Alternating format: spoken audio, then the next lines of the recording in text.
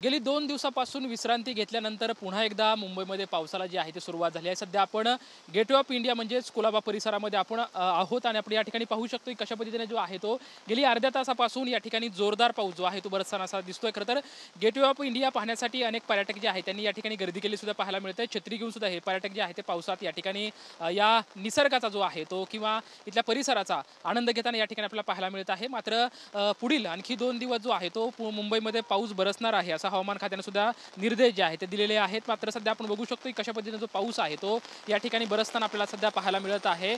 गेली अर्धा तासापासून जो आहे तो पावसाच्या जोरदार सरी जे आहेत ते सध्या या कुलाबा परिसरामध्ये बरसताना दिसत आहेत। मुंबई असेल किंवा मुंबईच्या उपनगरामध्ये पाऊस पुढील 2 दिवस बरसणार आहे अशी जो हवामान खात्याने जो आहे तो इशारा देताना सुद्धा आपल्याला पाहायला मिळत आहे। मात्र सध्या तुर्तास जो पाऊस जो आहे तो सध्या या ठिकाणी कुलाबा परिसरामध्ये आहे तो जोरदार बरसताना जो आहे तो दिसत आहे। कॅमेरामॅन कृष्णा पवार सोबत लक्ष्मण जाधव, TVN मराठी, मुंबई।